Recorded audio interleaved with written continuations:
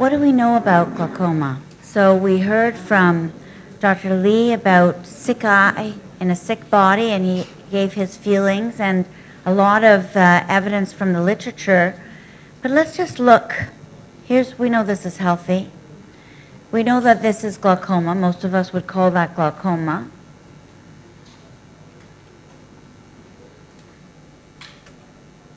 Glaucoma?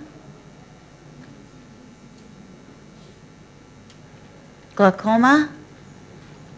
I see all the heads. We're all in unison. We all know. Glaucoma? So we've all been taught to recognize all these and call it glaucoma. Right? But what is it? Glaucoma? Delinquent. All right. And here? And here? And here. So again, lots of different fields for the disease, lots of different nerves for the disease, but it gets even better. Glaucoma? Yes. Could be. So we have a lot of things that we're looking at, and we understand that this is a progressive multifactorial disease with retinal ganglion cell loss and some evidence of central visual system degeneration. But we do know one thing, that elevated IOP is really the most important risk factor for the development or progression of glaucomatous damage in this disease. But it is a risk factor and not necessarily the disease, because if you stop it, it doesn't go away. So it's the only proven method. Currently, it is the only proven method of preventing or slowing the rate of glaucoma injury. And just to take a bigger picture for a moment, there are 285 million people worldwide with low vision, and look at the pie of the 50-year and older group. It's pretty staggering. And look at the numbers blind by age groups in the 50-year and older group. So we are, this problem is really significant. And there's glaucoma, the orange sliver at the bottom.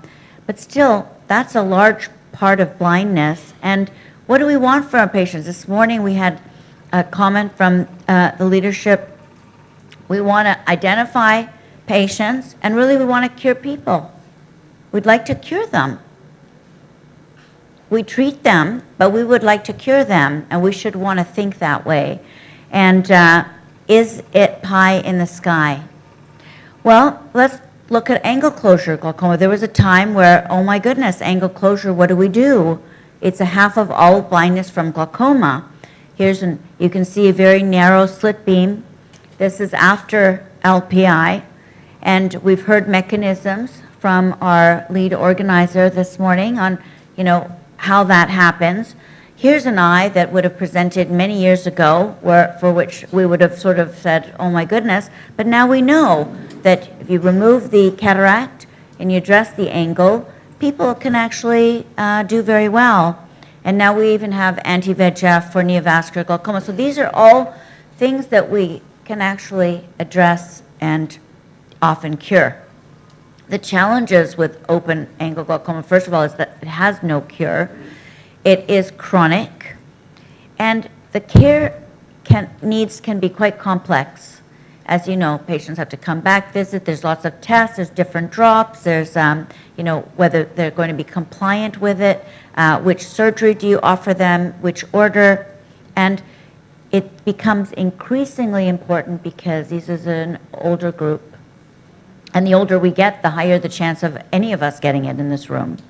And so if we cannot prevent or cure it now, we have to aim for either stopping it, slowing it, or, those are the options. And so right now we reduce pressure. We have a lot of drops that we use for both inflow and outflow. We use different approaches, laser, surgery, and here's a normal nerve. And this is glaucoma. We know, this is just a reminder that this is a progressive disease. And here's a nightmare. Here's a patient who, under my watch, did this.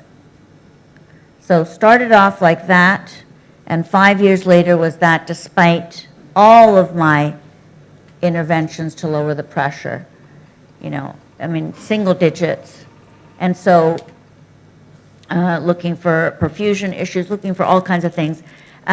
What we do know, though, is that this is the curve of treatment benefit from the early manifest glaucoma trial. And you can see that, you know, this study clearly showed that compared to the untreated group, the treatment group did better. But now look at the title of this slide. Even the treated group continued to get worse, right? So we need to do something more. And glaucoma is a major cause of irreversible blindness.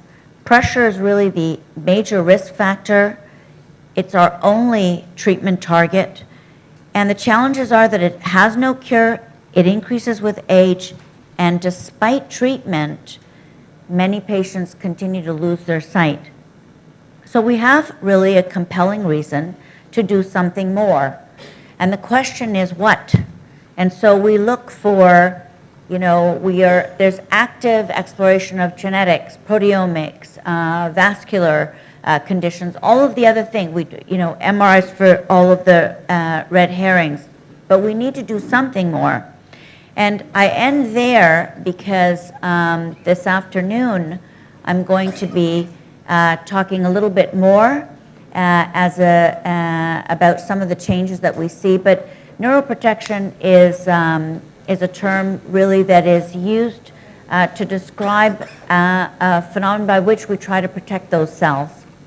And so I hope to speak a little bit more about that in the later session. So that'll just give you a high-level overview of really what all of us in this room are faced every day when we go into the clinic or into the operating room, and that if we could put something in the drinking water to somehow protect the nerve cells from dying, maybe that would be the next best thing. So thank you very much.